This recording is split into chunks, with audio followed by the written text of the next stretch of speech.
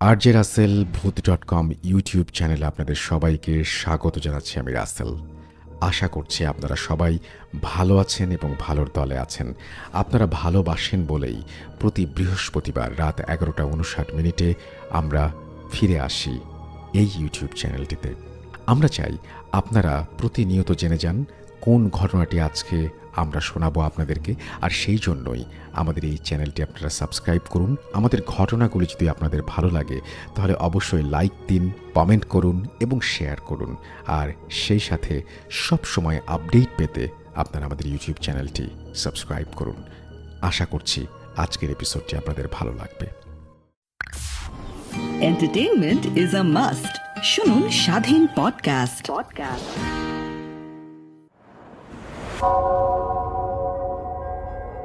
Spirit, be here with me.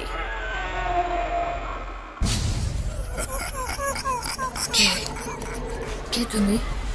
Bhoot.com.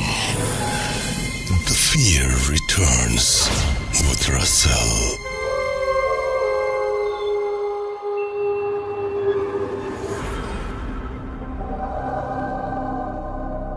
আসসালামু আলাইকুম। আপনাদের সবাইকে আমন্ত্রণ জানাচ্ছি ভূত.com-এর 34তম এপিসোডে। এবং এই 34তম এপিসোডে আসা সম্ভব হয়েছে শুধুমাত্র আপনাদের ভালোবাসার কারণে।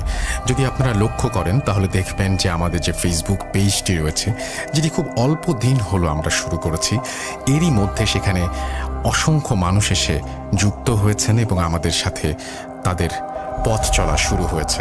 এবং আশা করছি যে প্রতিটা মুহূর্ত আপনাদের এভাবেই আনন্দ দিয়ে যাব যতদিন পর্যন্ত আমার শক্তি থাকবে এবং যতদিন পর্যন্ত আপনাদের কাছ থেকে ঘটনা পাবো। ইয়েস, ঘটনা পাওয়াটা অনেক বেশি ইম্পর্ট্যান্ট। আর সেই জন্যই আমি বলতে চাই যে যদি আমাকে ঘটনা পাঠাতে চান তাহলে আমার ইমেল অ্যাড্রেসটা মনে রাখুন বা আমার ইমেল অ্যাড্রেসটি নোট করে ফেলুন। আমার ইমেল অ্যাড্রেস হচ্ছে russell.bhoot.com@gmail.com। আপনার নাম, ঠিকানা এবং ফোন নাম্বার সহ আপনার জীবনে ঘটে যাওয়া বা আপনার জানা সেরা ঘটনা লিখে পাঠিয়ে দিন আমার কাছে। ঘটনার শুরুতে অবশ্যই উল্লেখ করুন যে ঘটনাটি আপনি স্টুডিওতে এসে শেয়ার করতে চান নাকি আপনি চান আপনার ঘটনা আমরা পড়ে শোনাই। যারা দেশের বাইরে রয়েছেন তারা সরাসরি অডিও ক্লিপ পাঠাতে পারেন বা লিখেও পাঠাতে পারেন ঘটনাটি। এটি সম্পূর্ণ আপনাদের ব্যাপার।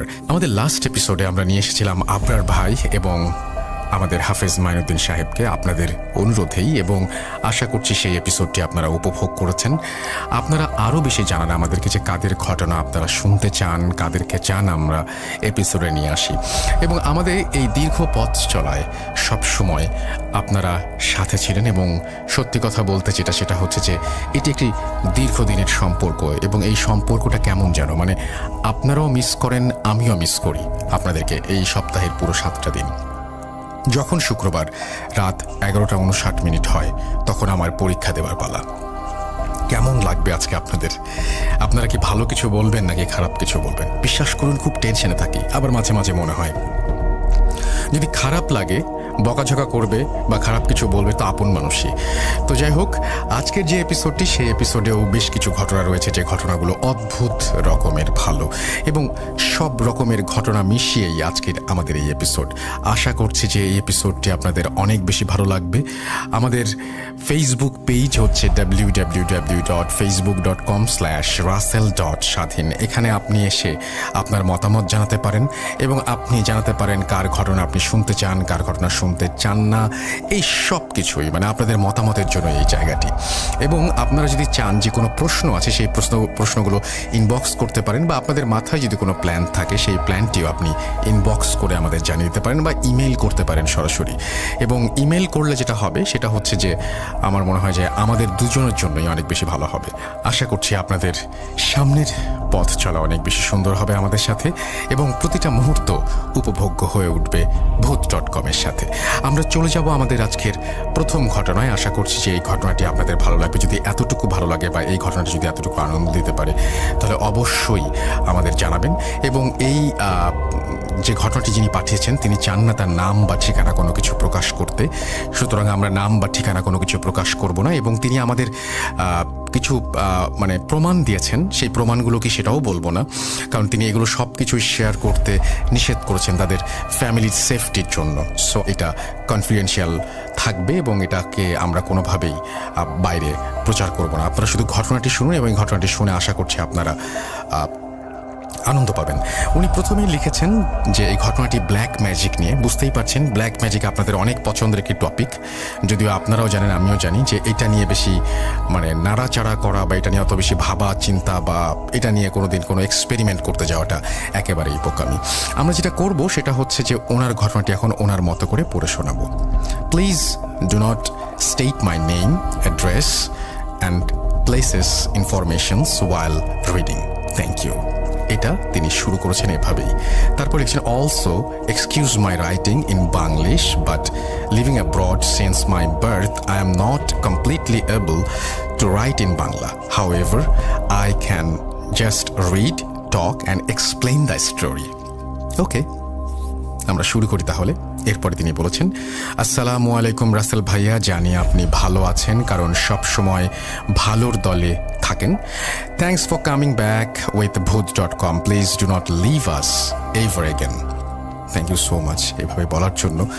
এবার পর লিখেছেন তিনি যে আমি দেশের বাইরে থাকি, ইউকেতে থাকেন তিনি, সেটা তিনি লিখেছেন।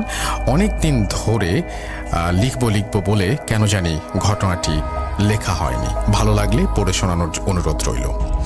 একদিন ভূত.com থেকে ব্ল্যাক ম্যাজিকের কিছু স্টোরিজ শুনে আমার একটি আপন আত্মীয়র জীবনের ঘটনা মনে পড়ে গেল, যেখানে আমিও কোনো না কোনোভাবে ইনভলভড। এরপরে তিনি লিখছেন যে স্টোরি শুরু করার আগে সবসময় একটা প্রসঙ্গ বা একটা প্রশ্ন জাগে যে যারা এই ব্ল্যাক ম্যাজিক করে তারা কেন যে বুঝতে পারে না এই পৃথিবীটা অনেক কম দিনের, আর আমাদের উচিত এই কম দিনগুলোতে ভালো কিছু করা আর এমন কিছু না করা যেটা অন্যের ক্ষতি করে, just for a temporary satisfaction. শয়তানের সাথে চ্যালেঞ্জ নিয়ে আল্লাহ আমাদেরকে পাঠিয়েছিলেন প্রমাণ করতে যে মানুষ জাতি আল্লাহর অনেক প্রিয় জাতি, যারা কখনো ওনাকে অসম্মান করবেন না। কিন্তু ভাবতে খারাপ লাগে যে সেই পরীক্ষাতে ব্ল্যাক ম্যাজিক যারা প্র্যাকটিস করেন বা যারা এই সমস্ত কাজ করেন কুফরি কালাম, তারা বারবার ফেল করছেন। শয়তান যেমন জেলাসির কারণে মানুষ জাতি ঘৃণা করা শুরু করে, ঠিক একইভাবে মানুষের ভেতরেও কিছু মানুষ আছে যারা আপনার সুখ দেখতে পারে না এবং আউট অফ জেলাসি ক্ষতি করে, আল্লাহর অসম্মান করে, এর মাধ্যমে শয়তানকে খুশি করে। এই মানুষগুলোর খুব তাড়াতাড়ি রিয়েলাইজ করা উচিত যে একদিন সবার মরতে হবে আর ঈশ্বর আল্লাহ গডের কাছে জবাব দিতে হবে কেন দুনিয়ার পরীক্ষা ফেল করলো আর কেন শয়তানকে চ্যালেঞ্জে জিতিয়ে দিল।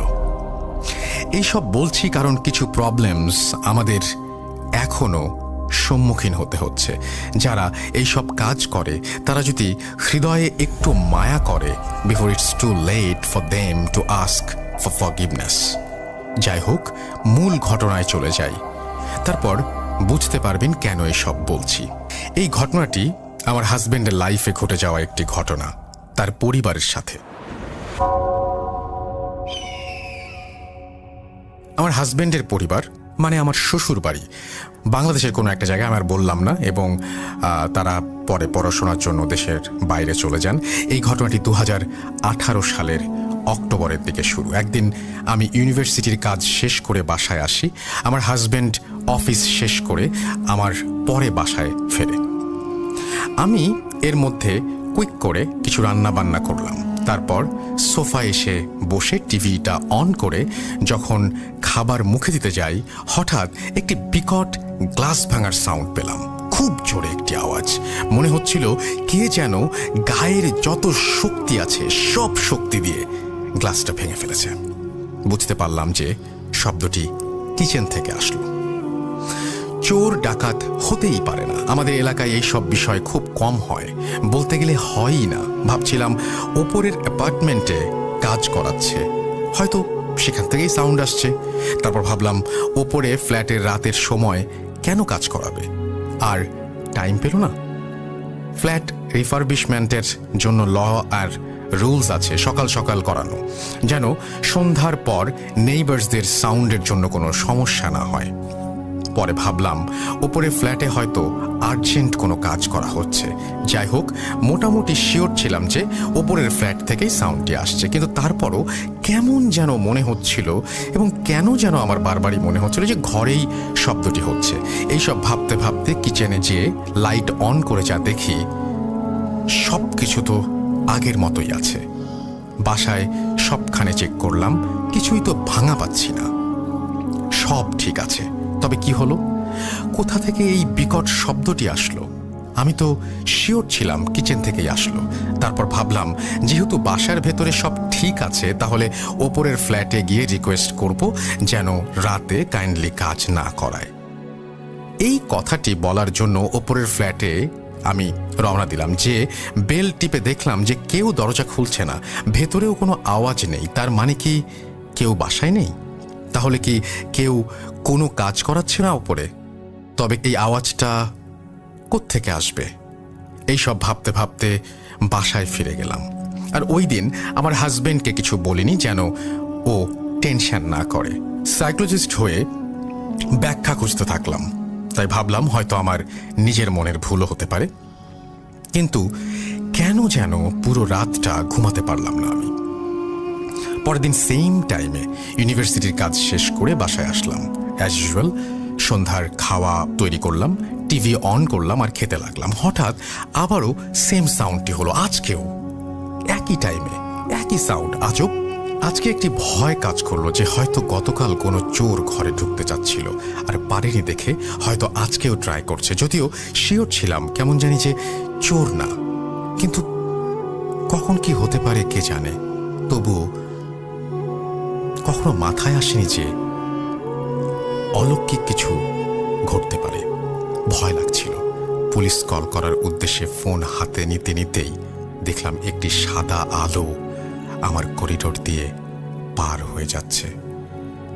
বুঝে ওঠার আগেই আরেকটি বিকট শব্দ হলো। আমি চমকে উঠলাম। মনে হচ্ছিল যে কে যেন আমার বাসার গেইটের দরজা খুব জোরে বাড়ি দিল, কিন্তু দরজা তো বন্ধই ছিল। কিছুই বুঝে উঠতে পারলাম না কি হচ্ছে আমার সাথে। বলে রাখা ভালো যে টিভি রুমের কিচেনের মাঝখানে একটি লম্বা হলওয়ে আছে, যেখান থেকে ডাইরেক্ট কিচেনে যায় টিভি রুম থেকে। খিদে চলে গেছে। কিছু না খেয়েই কিচেনে প্লেট রাখার উদ্দেশ্যে রওনা দিলাম। কিচেনের লাইট অন করে আর প্লেট টেবিলের ওপর রাখতে চেয়ে দেখলাম আমার হাজবেন্ডের অনেক প্রিয় আর শখের ডাইনিং গ্লাসের টেবিলটা পুরো ভেঙে চুরমার হয়ে গেছে।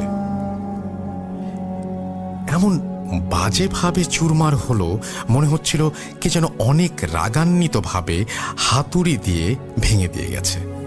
ফ্লোরে ছোট ছোট কাচের টুকরো পড়েছিল। কিভাবে ভাঙল? আর সেই সাদা ছায়াটি কি ছিল? কখনো আমার জীবনে এমন কিছু দেখিনি, আজ প্রথম।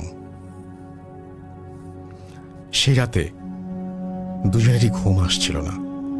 আমার হাজবেন্ডকে বুঝাতে লাগলাম যে বড় কোনো ক্ষতি হয়নি কারো, এটাই বড় কথা। তারপর ব্যাখ্যা দিতে লাগলাম যে ফ্যাক্টরি থেকে হয়তো গ্লাসের কোনো ফল্ট ছিল বা কিছু বাবলস ছিল, যার কারণে গ্লাসটা এমন অবস্থায় ফেটে গিয়েছে। কিন্তু তাকে সান্ত্বনা দেওয়ার জন্য যে সব বলছি, সে বুঝতে পেরেছিল। কেননা এই টেবিলটি গত 6 বছর ধরে আছে আমাদের বাসায়, কখনো কিছু হলো না। এখন কেন? শুনেছিলাম কাঁচ ভাঙার নাকি ভালো লক্ষণ না, হয়তো এটাই ঠিক। আরো কিছুদিন পর সন্ধ্যায় মাগরিবের আজানের সময় আমার হাজবেন্ড হঠাৎ বাসার দরজায় 3টি হাতের নখ শুনতে পায়। এই টাইমে কে আসতে পারে ভাবতে লাগলো। হয়তো পোস্টম্যান কোনো লেটার রেখে গিয়েছে বক্সে। দরজা খুলল, চেক করার জন্য বক্সটা খুলল, কিন্তু কিছুই ছিল না। আশেপাশে কাউকে দেখতেও পেল না। সব নিরিবিলি, এত নিরিবিলি কখনো দেখেনি আগে। যাই হোক, মনের ভুল ভেবে দরজা আটকিয়ে দিল। সেই একই রাতে আমার হাজবেন্ড একটি দুঃস্বপ্ন দেখল তার এক আপন চাচা খুব কাঁদছে একটি অন্ধকার ঘরে বসে। আশেপাশে কেউ নেই, কিছু নেই, শুধু একটি লাশ দাফন করার কাপড় দিয়ে মোড়ানো। আজব একটি স্বপ্ন ছিল। তার চাচা কেন দেখল? দাফন কাপড়ে মোড়ানো কে ছিল? ভাবল চাচু ঠিক আছে তো। এর পরদিন তার স্বপ্নে দেখা চাচুকে এসে কল দিল। উনি তো ঠিকই আছেন, কিন্তু এখানেই আমাদের বুঝতে ভুল হয়েছিল। 2018 নভেম্বরে আমার বার্থডে উপলক্ষে পার্টি দেই আমরা। ওই দিন আমার হাজব্যান্ড কেমন যেন টেনশনের মতো ভাব করছিল, তার ভেতরে টেনশন কাজ করছিল। পার্টি শেষে তাকে জিজ্ঞেস করলাম কোনো কারণে আপসেট কিনা। সে বলল আজকে হঠাৎ কেমন জানি বাবার জন্য খুব খারাপ লাগছে। এত খারাপ লাগছে যে বলে বুঝাতে পারবো না। আগে কখনো এত খারাপ লাগেনি। আমি ভাবলাম অনেক বছর হয়েছে দেশে যায় না, হয়তো এই কারণেই হতে পারে। কিন্তু আসল বিষয়টা অন্যরকম ছিল। জীবনে শুনে এসেছি মা বাবারা সন্তানদের বিপদ টের পায়, কিন্তু আমার জীবনে নিজের চোখে না দেখলে কখনো বিশ্বাস করতাম না যে সন্তানরাও মা বাবার বিপদের কথা বুঝতে পারে। এর পরদিন বাংলাদেশ থেকে কল দিয়ে জানতে পারলো যে বাবা গ্রামের বাড়ি গেছে আর হঠাৎ খুব অসুস্থ হয়ে পড়েছে ওখানে। গ্রামে গেলে উনি নর্মালি একাই যেতেন। গ্রামে যাওয়ার কারণ ছিল কিছু গুরুত্বপূর্ণ কাজ বাকি ছিল ওনার, ওগুলো শেষ করে ঢাকা চলে যাবেন তাড়াতাড়ি। তার আগে উনি বাজারের দোকান থেকে এক কাপ চা খেয়ে নেন। বাবা গ্রামে গেলে সব সময় গ্রামের বাজারে এই দোকান থেকেই চা খেতেন। চা মজা হয় দেখে। পরবর্তীতে জানতে পারলাম যে ঠিক 2 সপ্তাহ আগে আমাদের কিছু ব্যাড উইশার্স, মানে যারা আমাদের হাসি মুখ সহ্য করতে পারেন না আর আমাদের পরিবারের শুধু ক্ষতি চান, তারা বাবার চায়ের কাপের ভেতর 3 বার একটা কুফরি তাবিজ চুবিয়ে দিয়ে বাবাকে সেটা খাইয়ে দিয়েছে। মানে তারা নিশ্চয়ই জানতো যে বাবা এই দোকান থেকে চা খাবেন, এখানে আসবেন। আর সেই দিন থেকেই বাবা অসুস্থ হয়ে পড়লেন এবং অসুস্থ হওয়া শুরু করলেন। যখন বাবাকে ক্ষতি করার জন্য তাবিজটি তৈরি করা শুরু হয়, তখন থেকে আমার হাজব্যান্ড বিভিন্ন সাইন্স পায়। তার অনেক প্রিয় গ্লাস ভাঙা টেবিলের ওপরে, মানে যেটা ঘটে আমাদের বাসায়, চাচ্চুর কান্না, কাফনের কাপড় দিয়ে মোড়ানো মানুষ, এই সমস্ত দুঃস্বপ্নে দেখা, এবং গেটের দরজায় 3টি নখ শুনে। সবগুলোই ভালো লক্ষণের না। হয়তো এইসব সাইনের মাধ্যমে সতর্ক করে দেয়া হচ্ছিল যে কোনো বিপদ আসছে সামনে। সেই দিন বাবা চা খেয়ে অসুস্থ হয়ে যাওয়ার ফলে একই দিন আর ঢাকায় ফিরতে পারলেন না। চিন্তা করলেন যে আরও একদিন থেকে যাবেন, যেহেতু আজকে শরীর খারাপ লাগছে। এত দূর জার্নি করা, আরও উইক হয়ে পড়তে পারেন তিনি। সেই রাতেই বাবার সাথে আরও কিছু ঘটনা ঘটে। রাতের আঁধারে বাবা দেখতে পান বাড়ির ভেতরে অনেক কিছুই, এবং কার যেন গলার ডাক শুনতে পান তিনি। সেই কণ্ঠটি বলছে সব শেষ, সব শেষ। আরও একটা কালো ছায়ার মতো দেখতে পান বাড়ির ভেতরে। বাবা অনেক সাহসী ছিলেন, তাই তো গ্রামে একাই যেতেন, একাই থাকতে পারতেন। বাবা একবার ভেবেছিলেন যে অলৌকিক কিছু হতে পারে, এমন উনি লাইফে অনেকেই দেখেছেন। তাই এইসব বিষয়ে অত বেশি ভয় পেতেন না, শুধু আল্লাহর উপরে ভরসা করতেন এবং আল্লাহই যে যথেষ্ট এটাই তিনি বিশ্বাস করতেন। বেশি কিছু না ভেবে বাবা ঘুমিয়ে পড়লেন দোয়া কালাম পড়ে এবং 3 বার আয়াতুল কুরসি পড়ে। এর পর দিন একটু বেটার ফিল করা শুরু করলেন, তাই ঢাকার দিকে রওনা দিলেন তিনি। ঢাকায় যাওয়ার পরেই আমাদের জীবনে, আমার হাজব্যান্ডের জীবনে অনেক বড় একটি বিপদ চলে আসে। বাবা দিনের পর দিন অনেক অসুস্থ হয়ে পড়েন। বাবা খুব অসুস্থ থেকে বাংলাদেশে আর্জেন্টলি যাওয়া হয়। এরপরেই কালো জাদুর ঘটনাগুলো একটার পর একটা শুরু। বাবা ঢাকা যাওয়ার পর কিছুদিন পর আমাদের ননদকে রাস্তায় একটি মেয়ে হঠাৎ এসে বলেছে তোদের উপরে অনেক খারাপ কিছু হবে, সাবধান, বলেই মেয়েটি ভ্যানিশ হয়ে গেল। আমার ননদ তাকে আর দেখতে পেল না। ভাবলো হয়তো পাগল হবে।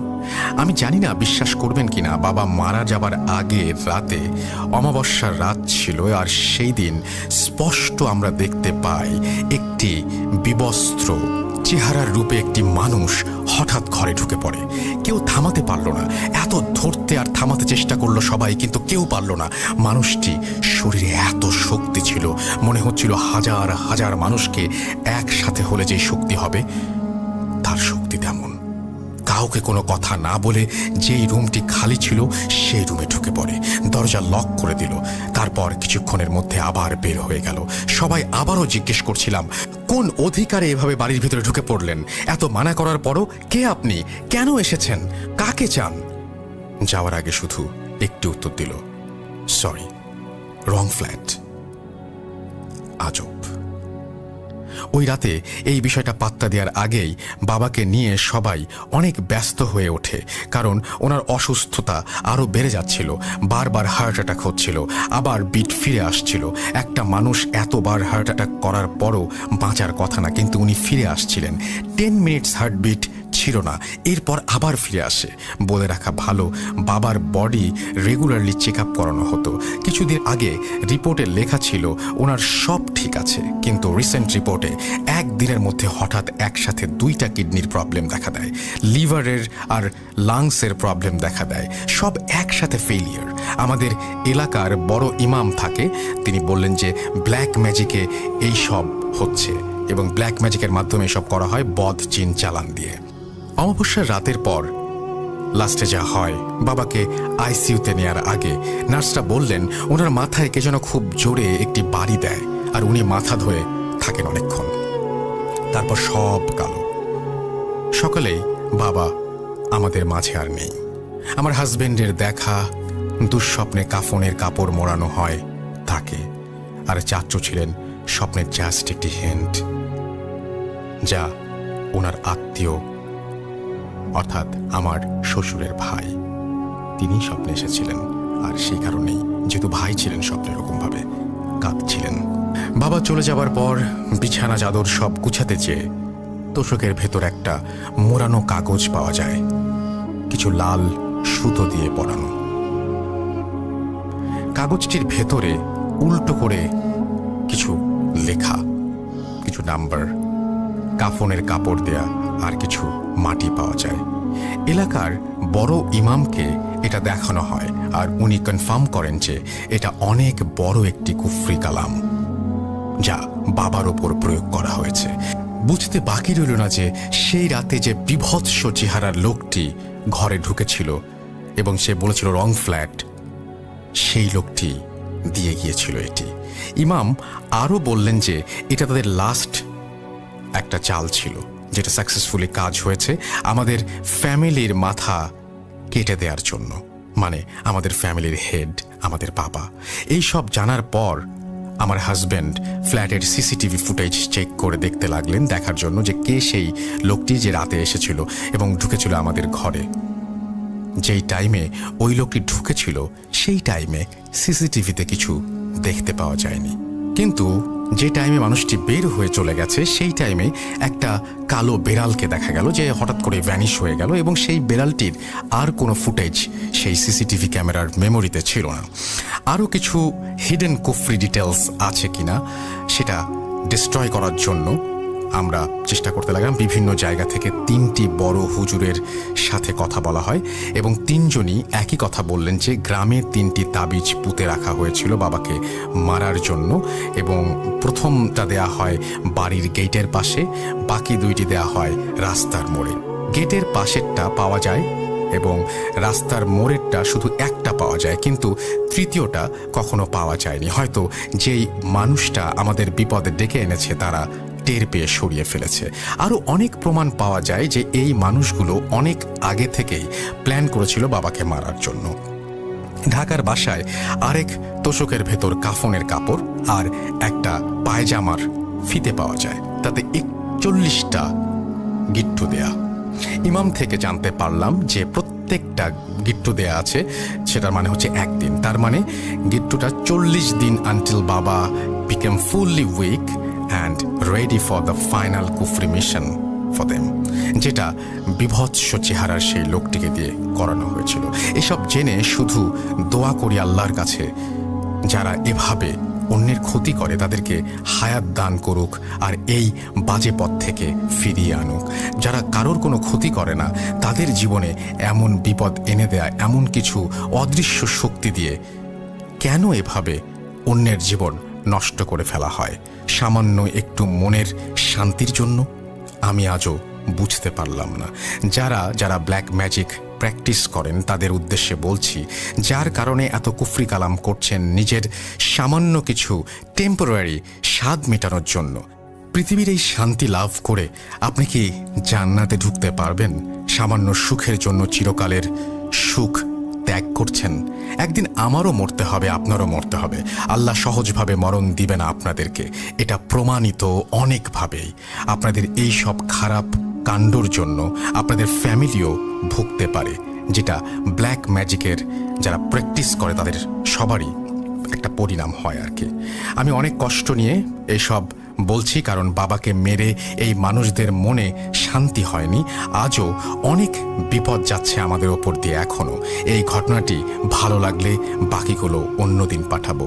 তারপরে তিনি থ্যাঙ্কস দিয়েছেন এবং তিনি বলেছেন যে এই ঘটনাটি পড়ে শোনানোর জন্য, এবং আমাদেরকে তিনি তার তো নাম টাম সব কিছু আগে থেকেই প্রকাশ করতে নিষেধ করেছেন, যে জন্য আমরা করলাম না।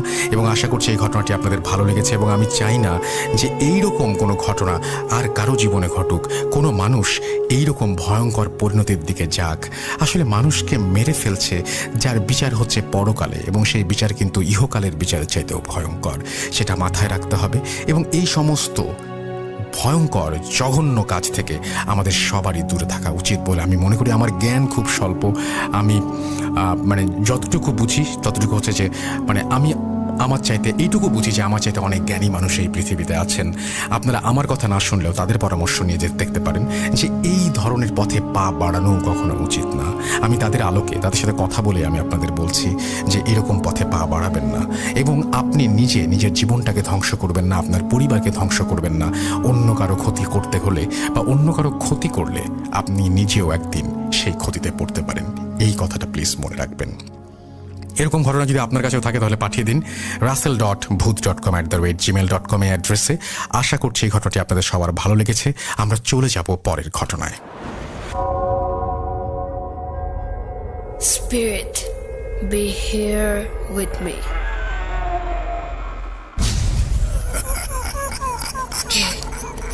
কে তুমি?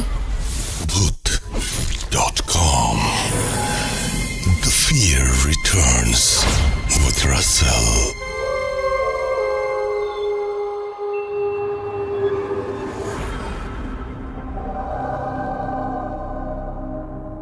আরও একবার আপনাদের সবাইকে স্বাগত জানাচ্ছি ভূত.com-এ। আশা করছি সবাই ভালো আছেন, ভালোর দলে আছেন। 34 নম্বর এপিসোড আজকে, এবং আপনারা সাথে আছেন বলেই আমাদের এই পথ চলা সম্ভব হয়েছে। আর সেই জন্য আরও বেশি করে আপনাদের ঘটনা চাই, আরও বেশি করে চাই যে আপনারা ঘটনা পাঠান আমাদের ইমেল অ্যাড্রেসে। আমাদের ইমেল অ্যাড্রেস হচ্ছে russell.booth.com@gmail.com। আপনার নাম, ঠিকানা এবং ফোন নাম্বার সহ আপনার জীবনে ঘটে যাওয়া বা আপনার জানা সেরা ঘটনা লিখে পাঠিয়ে দিন আমাদের কাছে। ঘটনার শুরুতে অবশ্যই উল্লেখ করুন যে ঘটনাটি আপনি স্টুডিওতে এসে শেয়ার করতে চান, নাকি আপনি চান আপনার ঘটনা আমরা পড়ে শোনাই। যারা দেশের বাইরে রয়েছেন তারা সরাসরি অডিও ক্লিপ পাঠাতে পারেন বা লিখেও পাঠাতে পারেন ঘটনাটি। এখন যে ঘটনাটি আমি শেয়ার করব, আমি পরপর দুটি ঘটনা শেয়ার করি, একটি নৌকা নিয়ে এবং আরেকটি বাইক নিয়ে। প্রথমে নৌকা নিয়ে শুরু করি, কারণ এই যে গ্রাম শহর সব কিছু মিলিয়ে আসলে মানে গ্রামের ঘটনা আপনারা সবাই পছন্দ করেন, এবং গ্রাম মানেই নৌকা, গরুর গাড়ি, আরও অনেক কিছু, মেঠোপথ, সব কিছু মিলিয়ে গ্রাম। তো আমরা নৌকার ঘটনা দিয়ে আজকে আমাদের লিসেনাররা যে সমস্ত ঘটনা পাঠিয়েছেন সেটা শুরু করি, এবং তারপরে একে একে বাকি ঘটনাগুলো শোনাবো ইনশাল্লাহ। প্রথমে চলে যাচ্ছে একটা নৌকার ঘটনায়। ইন দ্য মেইন টাইম আপনারা আমাদের ফেসবুক পেজটা ভিজিট করতে ভুলবেন না, www.facebook.com/russell.স্বাধীন। আমাদের যে ইউটিউব চ্যানেল আছে সেখানে আমরা কিছুদিন আগেও একটা হন্টেড হাউস ভিজিট করেছি, এবং আপনারা সেটা দেখেছেন হয়তো, অনেকেই অনেক প্রশংসা করেছেন। থ্যাংক ইউ ভেরি মাচ আমাদেরকে এভাবে উৎসাহ দেওয়ার জন্য। সেইটাও আপনারা ভিজিট করবেন আমাদের ইউটিউব চ্যানেলটি, এবং সেখানে আপনারা অডিও এবং ভিডিও সব কিছু একসাথে দেখতে পারবেন। আশা করছি যে আপনারা অনেক বেশি এনজয় করবেন সেখানে গেলে। এখন যেটা করব, সরাসরি চলে যাব আমরা আমাদের পরবর্তী ঘটনায়। নৌকা নিয়ে একটি কাহিনী, চলুন শুনে আসি। স্বাগত জানাচ্ছি ভূত.com-এর প্রত্যেক শ্রোতাদেরকে। স্বাগত জানাচ্ছি সেই সমস্ত মানুষকে যারা ভূত.com-এর প্রতিটি ঘটনা শুনবার জন্য অধীর আগ্রহে অপেক্ষা করছেন। আজ সেই রকমই মুড বদলে দেবার মতো একটি ঘটনা নিয়ে চলে এসেছি আমি শামীম আপনাদের মাঝে। আজ থেকে প্রায় 40 বছর আগের কথা। ঘটনাটি খুলনা এলাকার কোনো এক গ্রামের। যাদের সাথে ঘটনাটি ঘটেছিল তাদের ছেলে ঠিক যেভাবে বলেছেন আমাকে, আমি তার মতো করে আপনার সামনে বলবার চেষ্টা করছি। আমার বাবা পোস্ট অফিসে চাকরি করতেন, আমার মা গৃহিণী ছিলেন। আমাদের গ্রাম থেকে বাবার অফিস 20-22 কিলোমিটার দূরে। যাতায়াতের একমাত্র রাস্তা নদীপথ। বাবার ওখানে নতুন পোস্টিং হয়েছিল। কয়েকদিন অফিস করবার পরপরই বাবা গ্রামের বাড়িতে এসে একদিন করে থেকে যেতেন। বাবার মুখে বেশ কয়েকবার শুনেছিলাম তার ওই নতুন কর্মস্থলটা নাকি খুবই সুন্দর পরিবেশ। আমার আর মায়ের মাঝে মাঝে ইচ্ছে জাগতো যে একটু ওই বাবার নতুন অফিসটা থেকে কিছুদিন ঘুরে আসি, দেখে আসি পরিবেশটা কেমন। বাবার কাছে ইচ্ছের কথা জানাতেই তিনি বললেন, ঠিক আছে, আগামী সপ্তাহে তোমাদেরকে নিয়ে যাব। যথারীতি আগামী সপ্তাহে বাবা ফিরে এলেন এবং একদিন থেকে তার পরদিন আমাদেরকে নিয়ে তার নতুন কর্মস্থলের দিকে রওনা দিবেন। কথাবার্তা সব ফাইনাল।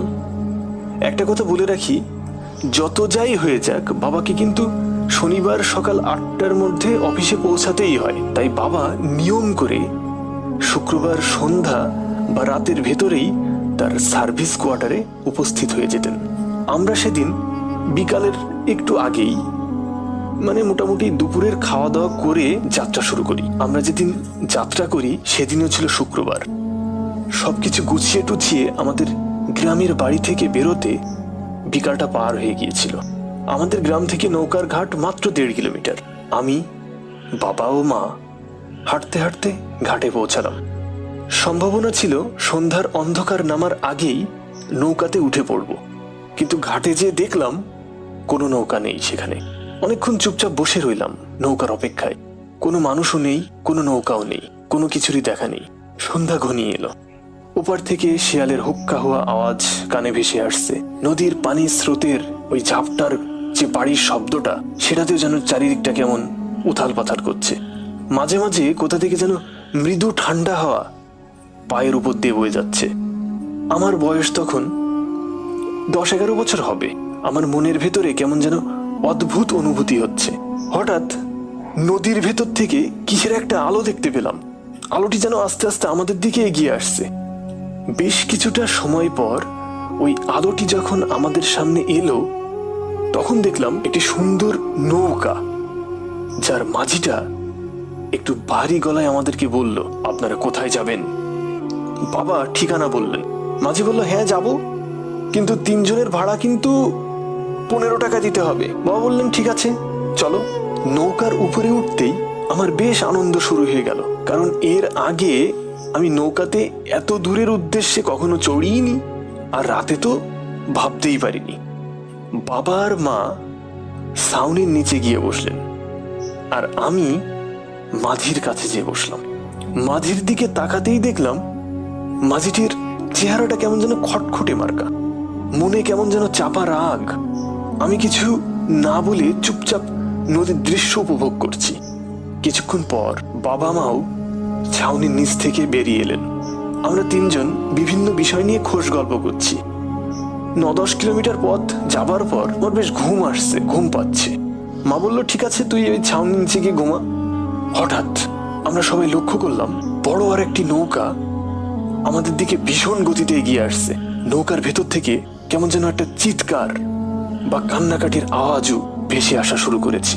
বাবা প্রথমে একটু কৌতূহলের দৃষ্টিতে দেখলেন, কিন্তু কি একটা সন্দেহ হয় মাঝিকে ডাক দিয়ে বাবা বললেন, তুমি নৌকাটাকে একটু সাইড করে চালাও তো, আর ওই আলোটাও কমিয়ে দাও। এর কারণ অনেক সময় নদীতে জলদস্যুদের আক্রমণ হতে শোনা যেত। বাবা হয়তো ওইটা ভেবে এটা বলেছিলেন।